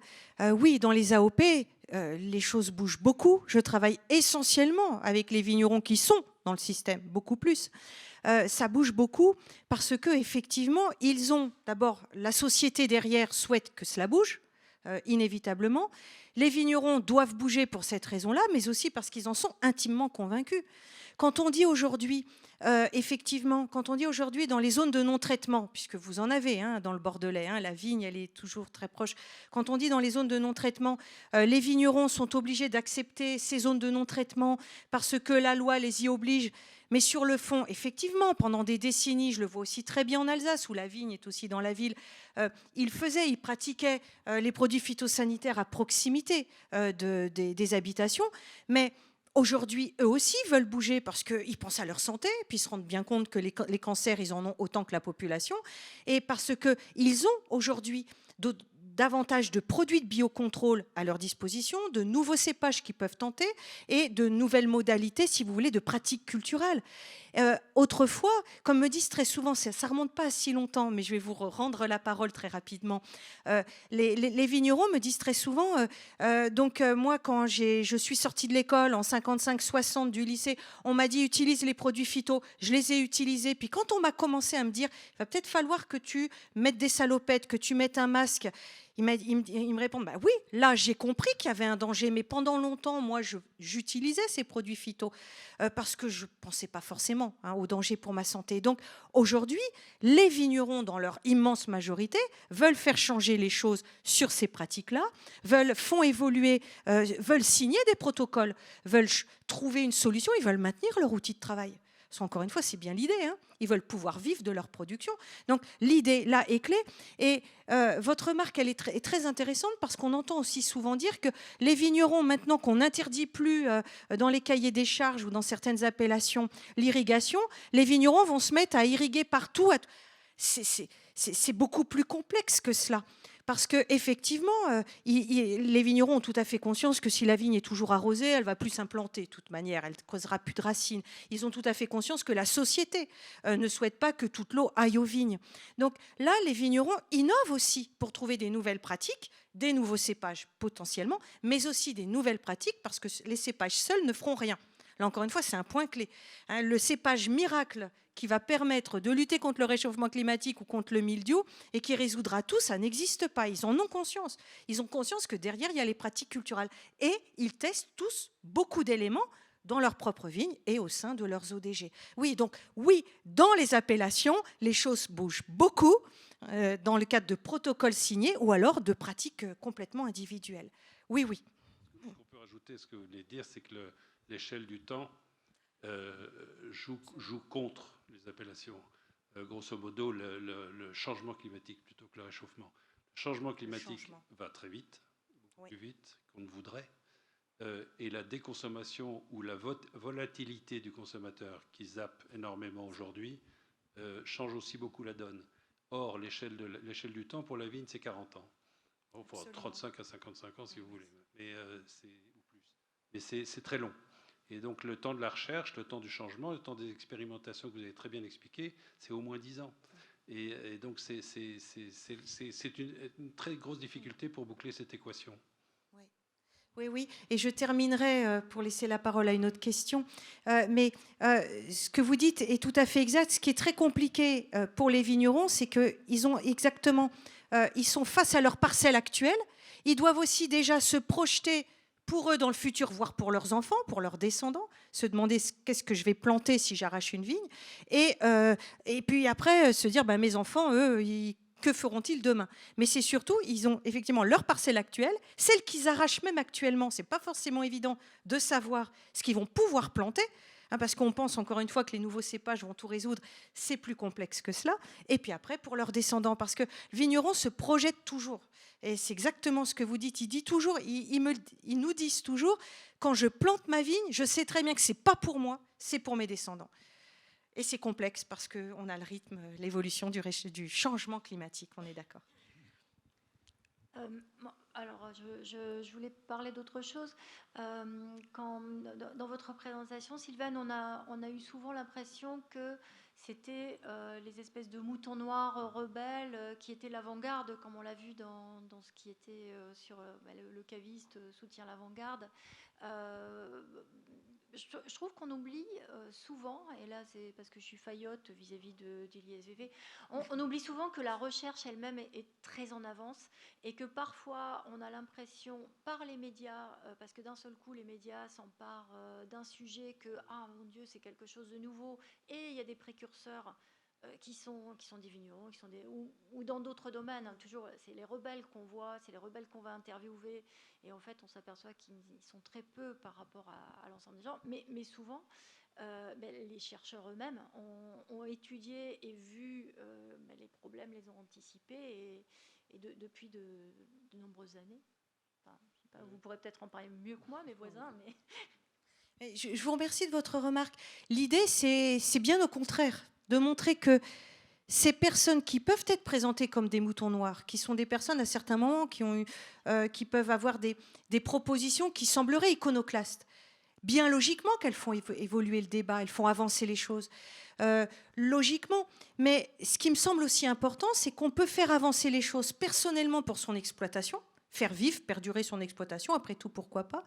Mais pour les grandes questions fondamentalement structurelles de la filière et du monde vitivinicole, il me semble que ces personnes-là, soit on pourrait très bien faire davantage appel à elles, après tout, pourquoi pas, mais ces personnes-là, il serait intéressant qu'elles soient associées ou qu'elles s'associent, parce que le but, elles ne sont pas du tout mises de côté, parce que la plupart du temps, elles font partie encore de l'appellation. C'est ça qui est intéressant. Qu'elles soient convoquées, mais dans le cadre du débat commun. Mais bien évidemment, je suis entièrement d'accord, ce sont souvent les personnes qui ne font pas comme les autres qui permettent de faire avancer les vignobles, l'image de leurs vignobles. Ça, je vous suis tout à fait. Et d'autant plus que le vigneron que je citais tout à l'heure en Alsace, qui disait « Moi, mon vin, il est toujours retoqué, je ne comprends pas, bon, c'est ainsi, je suis proche du terroir. » Mais il me dit tout le temps « Je veux rester dans le collectif, je veux rester dans l'AOP, mais je veux faire évoluer mon AOP dans un sens qui révélerait davantage l'Alsace et son terroir, la région. » Donc c'est ça qui est intéressant. Ce qui est intéressant, c'est qu'ils ont conscience de ne pas faire des vins forcément comme les autres, mais ce n'est pas du tout automatiquement je veux partir du collectif, absolument pas. Ce sont des personnes qui continuent d'œuvrer dans le collectif, mais qui se heurtent à certains moments à ce collectif, à la règle, et c'est la raison pour laquelle ils cherchent à faire bouger les lignes, et que les lignes bougent. Les lignes bougent dans les appellations. Donc oui, on peut encore rêver de ces appellations. Mais je vous remercie beaucoup de votre remarque. Merci beaucoup. Une autre question? Oui. Alors, je vais faire le temps que le ballon arrive, je vais poser une question qui est sur la tablette, qu'on te demande de parler des appellations d'origine contrôlée en dehors du bilan des appellations d'origine contrôlée, en regardant ce qui se fait aussi à l'étranger, et de voir que le système d'AOC a aussi été copié, y compris en Napa Valley, et donc est-ce que tu pourras en parler un peu, c'est-à-dire de dire que le système d'AOC n'est pas uniquement un système franco-français, il est en même temps européen et même international, puisqu'il y a les AVA américaines, par exemple. Oui, alors, les AVA américaines, c'est toujours un terrain très glissant, mais les AVA américaines ne sont pas du tout fondées sur le concept d'appellation d'origine comme chez nous. On a bien des AVA, donc c'est les aires viticoles américaines. Elles sont, de mémoire, elles sont essentiellement découpées, organisées sur des critères de géographie physique essentiellement, de sol, de sous-sol, de climat. Derrière, alors je crois qu'il faut, mais de mémoire, 85% du raisin récolté sur la zone pour avoir droit à cette AVA. Mais après, Les Américains, ils n'ont pas de cahier des charges comme chez nous, absolument pas. Donc ça, c'est vraiment un point. C'est pas finalement le système américain que je prendrais, même s'ils vendent très bien leur vin. Je prendrais pas ce système-là. Je prendrais davantage le système québécois, alors, qui est tout petit, hein, mais on pourrait prendre le système des pays du Nouveau Monde qui cherchent aussi, là encore une fois, à rendre cet effet terroir. Mais je dirais que dans l'idée de limitation des appellations, oui, qui font rêver absolument, mais c'est aussi, et c'est intéressant, plus on fera en sorte que des pays du reste du monde développent un système d'appellation identique ou proche d'une autre, hein, proche du système européen, plus on pourra protéger nos appellations. Et c'est ça l'idée de l'INAO aussi, et l'idée des producteurs. L'idée, c'est qu'à partir du moment où un pays développe ses appellations, et les Américains ne développent pas sur le même modèle que nous, mais développent des appellations, eux-mêmes voudront protéger leurs propres appellations. Donc, on arrêtera d'appeler du Chablis qui n'en est pas, des vins de Provence aussi ailleurs dans le monde. Donc, oui, fondamentalement, ce système intéresse les autres pays, aussi dans le sens de protection. Et là, on est vraiment dans l'idée de la fraude, mais surtout la protection du nom. Donc là, et c'est intéressant aussi pour nous, à mon sens, hein, de fonctionner dans ce sens-là. Donc voilà ce que je peux dire pour répondre de façon courte à la question. Et ceci dit, malgré le système des AVA, les Américains, dans la Napa Valley, font des vins excellents et les vendent aussi très bien. Mais ce n'est pas le même système parce que c'est vraiment important de le rappeler, les Américains sont sur un système de marque, et pour eux, de brand. Hein, et pour eux, si vous voulez, ils partent de l'idée que n'importe quelle marque, ça veut dire n'importe quel nom de nos vins, peuvent être achetés. Sont à vendre. Or que nous, on n'est vraiment pas du tout dans cette idée de marque, d'où ce système européen de protection. Donc, on est dans deux conceptions très, très différentes, mais avec aussi, effectivement, d'autres pays qui cherchent à avoir ces appellations, mais aussi pour se protéger. Il y a quand même une référence à l'origine, quoi. Même il y a une référence à l'origine. Même si on veut pas aller plus loin que ça, avec un cahier des charges contraignant. Absolument. Voilà. Absolument. Une autre question dans la salle ? Oui. D'un point de vue consommateur, est-ce que ces AOC ont encore vraiment de l'avenir ou c'est plutôt les vins de France qui vont prendre la part? Parce que vous nous parliez de 80% de chiffre d'affaires, mais est-ce que ça a augmenté? Est-ce que ça a diminué ces dernières années, ce chiffre d'affaires?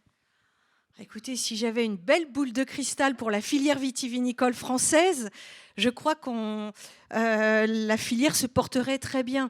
Je peux absolument pas vous répondre. Absolument pas vous répondre. J'ai apprécié l'expression de mon collègue de volatilité du consommateur. C'est vrai que c'est la grande difficulté. Il y a le nombre de consommateurs, mais ce que veut le consommateur, est-ce que ce sont des nouveaux produits et puis il va trouver le marketing intéressant, il va se lancer dans ce nouveau produit et perdurer? C'est encore une fois, on est vraiment dans l'idée pour que ce soit Vin de France ou AOP, j'ai envie de dire, il faut que le marché perdure, donc on fidélise un consommateur. Et est-ce que, je n'en sais rien du tout, hein, est-ce que moi, consommateur, j'ai aimé cette étiquette et ce vin et le contact que j'ai eu avec tel producteur, je vais dire de Vin de France, est-ce que je vais perdurer dans cet achat-là? Je ne sais pas. Comme je peux aussi être déçu par un vin d'appellation d'origine. Hein. Donc là, je ne peux absolument pas vous répondre parce que c'est vraiment compliqué. Cette volatilité, encore une fois, le goût, les âges, je ne peux pas vous répondre de façon directe. Mais je dirais que fondamentalement, les appellations d'origine ont fait leurs preuves jusqu'à présent. Elles font leur preuve d'adaptation, parfois au forceps, hein, mais elles font une preuve d'adaptation. Je ne vois pas pourquoi elles ne pourraient pas perdurer dans cette adaptation. Après, il faut, et c'est toujours crucial de penser les choses ainsi, c'est que le vigneron, c'est un producteur d'abord de raisin. Il fait aussi son vin, donc il vinifie. Mais derrière, à la base, un vigneron, son métier, c'est pas d'être un commerçant. Et c'est pas évident du tout. Là, encore une fois, c'est très différent. On peut faire des très bons vins, je vais dire, en vin de France ou en appellation d'origine et ne pas arriver à les vendre, ou inversement. Et c'est ça la difficulté. C'est qu'on demande aussi à nos vignerons aujourd'hui d'avoir toutes les casquettes que j'ai mentionnées, de maintenir leur exploitation, de faire attention à l'environnement, d'être aussi des bons vendeurs de leurs produits. Ce n'est pas forcément inné chez eux. Ce n'est pas leur métier. C'est pour cette raison que souvent, ils sont organisés en société, que ce sont des conjoints, des membres de la famille qui assurent cette partie-là. Mais je crois que c'est important de le rappeler. C'est que déjà, si nos vignerons tentent d'appliquer, d'essayer de faire perdurer leur outil de production, je vais dire viticole, c'est déjà un grand pas. Derrière, après, il faut faire les bons choix de cépage, d'assemblage, d'extension de ces superficies. Voilà. Puis après, le bon vin et le vendre. Mais j'aimerais bien vous répondre. Je ne peux pas. Une autre Le tout, question? c'est qu'il faut que le vin soit bon et qu'on ait du plaisir à le boire, finalement. C'est ça l'essentiel Oui, tout à fait. pour nous. Merci Sylvaine. Une autre question? Oui.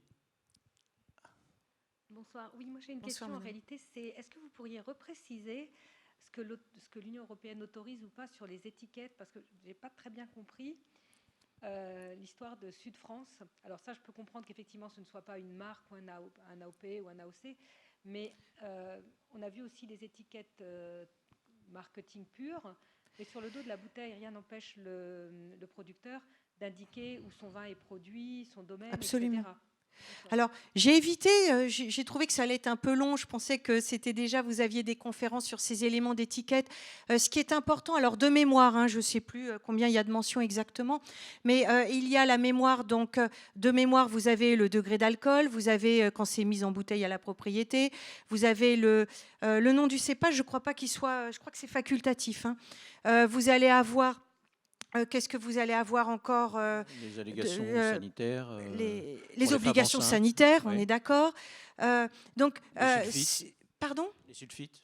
les sulfites, mais souvent au dos. On l'a souvent au dos. Je ne sais pas, ça dépend. Oui, mais enfin, on est obligé de l'indiquer.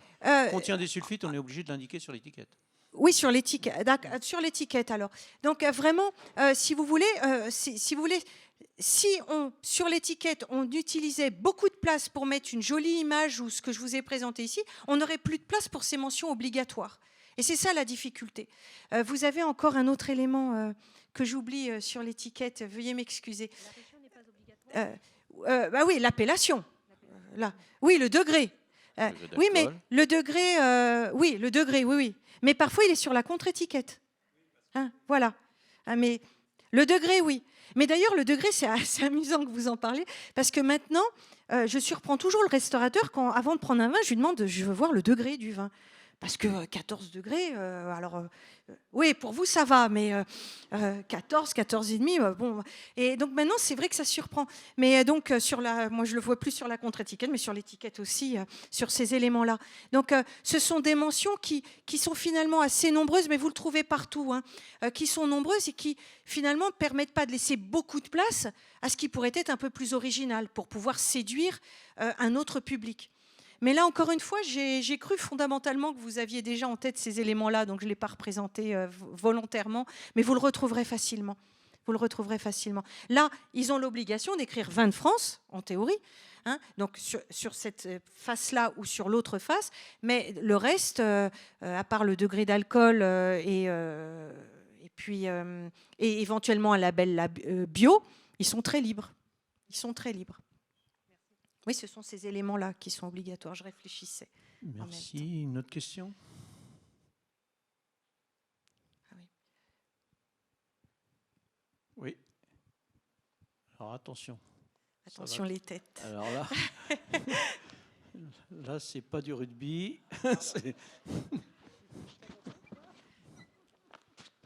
Mais c'est une excellente idée, ce micro. Oui, c'est Alors vraiment. Et ça marche très bien en plus. On a vu à un moment qu'il y avait beaucoup d'appellations. Vous avez dit 363, je crois. Bon, je ne sais pas, Mais... je suis à 366. Ouais. Le chiffre est un peu variable. En tout cas, Mais... plus de 350. Il me semble qu'il y a aussi un courant qui réclame plus d'appellations. Je pense à l'Entre-deux-Mers rouge, Sauterne sec. Est-ce que c'est deux courants qui s'opposent, ceux qui veulent plus d'appellations et ceux qui veulent sortir, ou est-ce que vous avez rencontré des vignerons qui sont dans les deux? Enfin, je sais pas. Je vous remercie de votre question qui est très intéressante et qui, effectivement, encore une fois, je rappelle, les vignerons que je rencontre massivement sont dans l'appellation, ne sont pas en vin de France. Là, on est dans les nouvelles appellations. Je crois que vous venez d'avoir un médoc blanc, hein, là aussi. C'est peut-être une autre affaire. Donc, ces nouvelles appellations, c'est aussi pour répondre, là encore une fois, à une demande. Mais oui, il y a une envie d'appellation. Il y a une envie d'appellation. Une envie d'appellation pour aussi valoriser ça, pour être reconnu. Parce que tout de suite, on va avoir une reconnaissance je vais dire, encore une fois, sur une carte, dans des magazines, dans les foires au vin, tout ce que vous voulez, on va retrouver cette reconnaissance. Donc oui, il y a cette envie.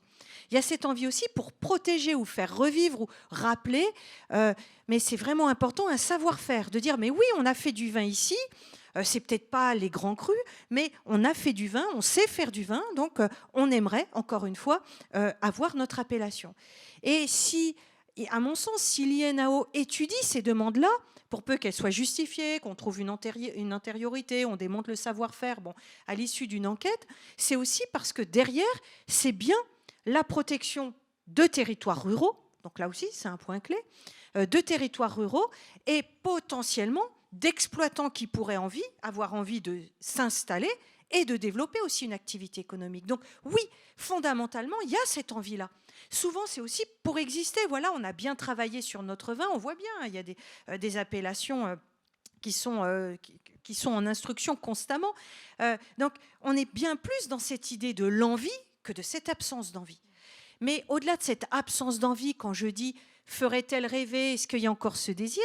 Je trouve que c'est intéressant à certains moments de se demander pourquoi certains, effectivement, disent qu'il y a des points qui fonctionnent un peu moins bien. L'idée, c'est, logiquement, c'est qu'on peut sans difficulté les améliorer. Voyez-vous, il y a aussi l'idée de comment valoriser ces signes, puisque j'avais tendance à montrer que si on n'avait pas une marque à côté, on ne valorisait pas l'AOP. Bon, c'est pas aussi simple que ça. Mais l'INAO organise très régulièrement depuis quelques années, ce n'est pas aussi ancien que cela, des réunions entre différentes ODG, donc de différents produits, pas uniquement vitivinicoles, pour aider ces organismes, ces systèmes d'appellation à valoriser. Comment peut-on aider les producteurs sur place à valoriser leur production ? Quelles sont les techniques qu'on peut leur apprendre ? Quel aspect pour chacun de leurs produits ? Quel est l'aspect de chacun de leurs produits qu'on peut leur suggérer, les aider à mettre en évidence, en œuvre. Et c'est cela qui est intéressant. C'est-à-dire que l'INAO, c'est aussi du contact qui est fait entre les personnes, les appellations, et donc après, par effet de ruissellement, sur les producteurs. Parce que c'est vraiment cette idée-là. Comment fait-on ? Comment fait-on ? À certains moments, il faut bien se réunir, il faut bien qu'il y ait une instance ou des instances. Ça peut être fait simplement dans un bassin viticole, ou dans une appellation, on n'a pas forcément besoin d'avoir l'INAO. Mais c'est important, cette recherche de valorisation. Donc, une fois qu'on a l'AOP, après, il faut arriver à la faire vivre. Et c'est ce point-là qui me semble le plus intéressant, quand on est chercheur, mais aussi à voir comment les vignerons cherchent à faire vivre. Et une chose est sûre, faire vivre en faisant bien son vin, bien son métier, c'est ce que cherche à faire, je vais dire, l'immense majorité des vignerons. Mais après, voilà. Il faut bien respecter le cahier des charges. Mais après, tu as prononcé une phrase qui est la suivante. L'AOP n'est plus un outil de distinction car le nombre ne cesse de croître. Et je me suis posé la question, mais est-ce que c'est vrai ? Ouais, enfin, à quoi tu fais référence quand tu dis ça ? C'est-à-dire que l'augmentation du nombre d'AOC devient mauvais sur le plan économique ou Non. L'idée, c'est que... Non, merci Eric ouais. de cette précision. Merci beaucoup. L'idée, c'est que certains se rendent compte que finalement, s'ils veulent sortir du lot, mieux s'individualiser plutôt que de vendre sous leur appellation, décrocher potentiellement un marché, peut-être aussi auprès d'un restaurateur, ça existe aussi, eh bien, ils vont dire, finalement, il y a tellement d'AOP aujourd'hui, d'AOC en France, que dire qu'on est dans un vin, donc ça contredit ce que vous disiez, mais on est dans un vin AOC, finalement, ce n'est pas forcément un moyen de montrer qu'on fait différemment et mieux que les autres. J'ai peut-être intérêt, c'est pas moi qui dis ça, j'ai peut-être intérêt à vendre mon vin, faire comme si j'étais dans une appellation, mais en faisant un peu mes assemblages comme je l'entends, vendre mes vins en vin de France. C'est ça l'idée. Sauf qu'il ne faut pas oublier, on est bien d'accord dans cette idée de distinction, ça reste un élément de distinction parce que c'est fait sur la base de savoir-faire éprouvés, codifiés, sur lesquels tout le monde s'est mis d'accord pour que ces savoir-faire et l'origine perdurent. Vous voyez, c'est complexe, tout à fait. Encore une fois. Exactement, oui. Une autre question ? Une dernière question, peut-être ? Oui.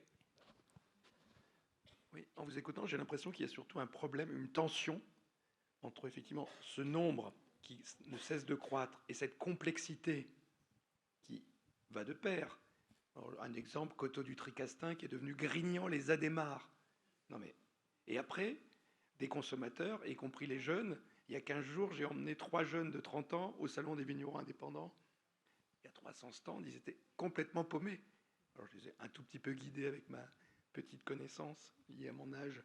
Mais je me dis, est-ce qu'il n'y a pas cette tension finalement entre cette complexité qui va croissant et cette envie, en particulier des jeunes consommateurs, mais peut-être d'un grand nombre de consommateurs, d'accès simple, de compréhension facile, et qui est absolument impossible.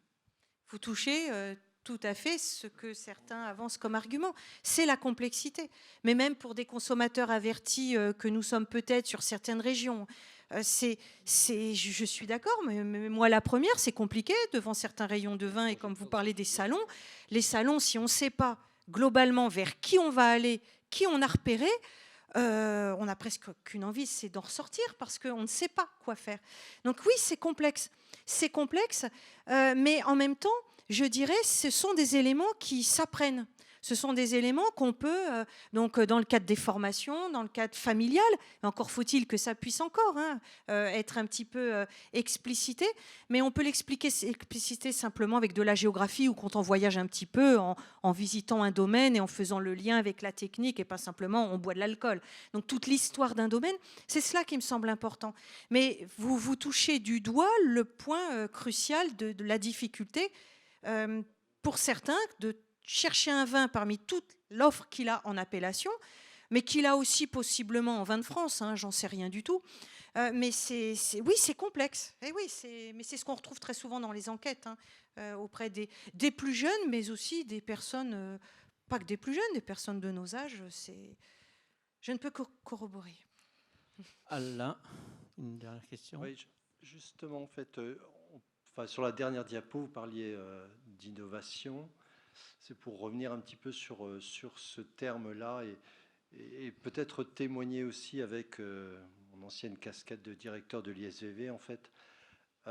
L'innovation, en fait, alors Véronique, tu nous le rappelais, ça vient quelquefois, en fait, les chercheurs, en fait, souvent innovent, et parfois, en fait, on a plusieurs exemples à l'ISVV, où l'innovation vient avant le besoin, d'ailleurs. Exprimé. Vous avez parlé de nouveaux cépages. Les nouveaux cépages résistants, en fait, ont été créés à une époque où le vignoble ne demandait pas encore ces nouveaux cépages résistants. Et je reviens aussi sur alors, vous avez parlé des démonstrateurs là, qui sont pilotés par l'IFV. En fait, l'ISVV, bien sûr, est partenaire d'un de ces démonstrateurs. Et ce qu'il faut voir aussi, en fait, parce que vous avez dit, en fait, c'était intéressant que la liberté, en fait, que revendiquent ces personnes qui sortent des AOC leur donne, en fait, une créativité qu'on peut imaginer, à laquelle, notamment, en fait, en termes de choix de cépage, puisqu'ils sortent, en fait, des règles de l'AOC, donc pourquoi pas. Et ce qui, voilà, ils sont libres d'imaginer des vins de France avec des assemblages nouveaux, pourquoi pas. Après, en fait, nous, notre expérience en tant avec l'INRAE, etc., en termes de partenariat avec des viticulteurs, on voit en fait quand même que et je me retourne aussi vers Nicolas Gailly qui nous a beaucoup aidé à trouver des soutiens dans la profession pour innover. Il faut quand même reconnaître que l'innovation, ça demande des moyens, parce qu'il faut prendre des risques en fait. Et souvent en fait, eh bien, ceux qui prennent des risques sont ceux qui réussissent le mieux aussi économiquement, il faut le dire. Et ça en fait, on le voit dans le vignoble bordelais, mais on le voit aussi par ailleurs dans d'autres domaines en France. Voilà. Et c'est vrai en fait que on a parlé de tension. On voit bien en fait qu'il y a en fait cette tension sur l'innovation. C'est à la fois oui, je suis libre, je sors de l'AOC, je crée, etc. C'est très bien. Mais aussi en fait la contrainte économique est quand même souvent là pour donner un cadre à ce qu'on peut faire finalement en termes d'innovation. Voilà. J'ai rien à ajouter. Je vous remercie beaucoup de cette précision qui est passionnante, mais merci beaucoup. Oui, oui, absolument. Qui pourrait terminer, de servir de conclusion, Alain, mais je ne peux pas m'empêcher de redire un petit mot par rapport à la remarque de tout à l'heure, entre justement cette contradiction entre le nombre d'appellations et la simplification que demanderait le consommateur. Quand on veut vendre du vin, et vous savez le nombre de propriétés qu'il y a en France, quand on veut vendre du vin, le client, la plupart du temps, le client, en particulier, c'est une phrase qu'on m'a dit quand j'avais 25 ans aux États-Unis, Tell me your story. C'est quoi votre histoire? Qu'est-ce que c'est? Racontez-moi votre histoire. Et en fait, toutes ces micro-appellations qui ont peu de chance d'être connues, elles sont en recherche d'officialiser leur histoire, d'une histoire. Alors ça c'est majeur, et c'est malheureusement, ou tant mieux, c'est pour ça qu'on se retrouve avec 360 stories, 360 histoires. Mais là où la contradiction est extrêmement forte, c'est que la vente du vin dans le monde, aujourd'hui, elle se fait avec des marques mondiales. Il n'y a pratiquement qu'en Europe, et essentiellement en France, en Espagne et en Italie, qu'on s'accroche à nos appellations contrôlées, alors que la bataille des vins du Nouveau Monde, j'ai horreur de ce mot-là, parce qu'on a l'impression que nous, forcément, on est du vieux monde, mais il faut rappeler quand même que le phylloxérone était sauvé par des cépages américains. Donc il y a une confusion, il faut se garder du vieux monde et du nouveau monde, mais cette simplification que demande le consommateur, elle est parfaitement illustrée dans la vente du vin dans tous les pays anglo-saxons et dans tous les pays hors Europe.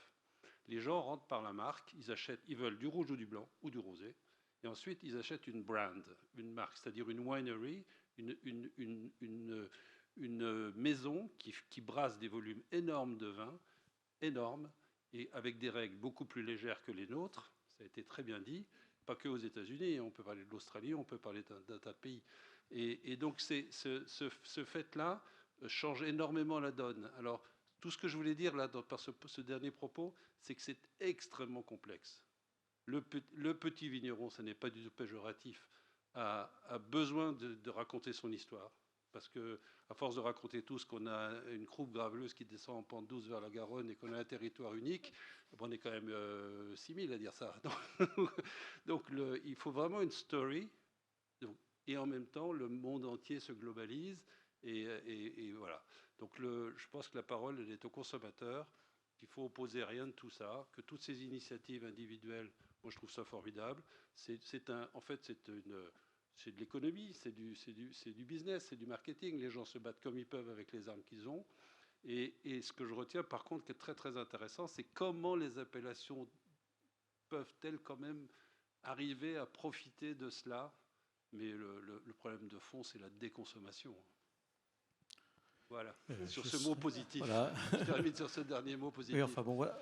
Simplement, le problème économique, il y a la distinction entre l'économie de court terme, les profits de court terme et les profits de long terme. Et je voudrais simplement rappeler cet baron de Philippe de Rothschild qui disait, il me semble il disait que le problème dans la construction d'une réputation de long terme, ça commence par les 200 premières années, quoi. C'est ça qui est le plus dur. Voilà. Pétrus a une histoire. En tous les cas, merci Sylvain. C'était vraiment très intéressant et avec beaucoup de débats. Merci à tous.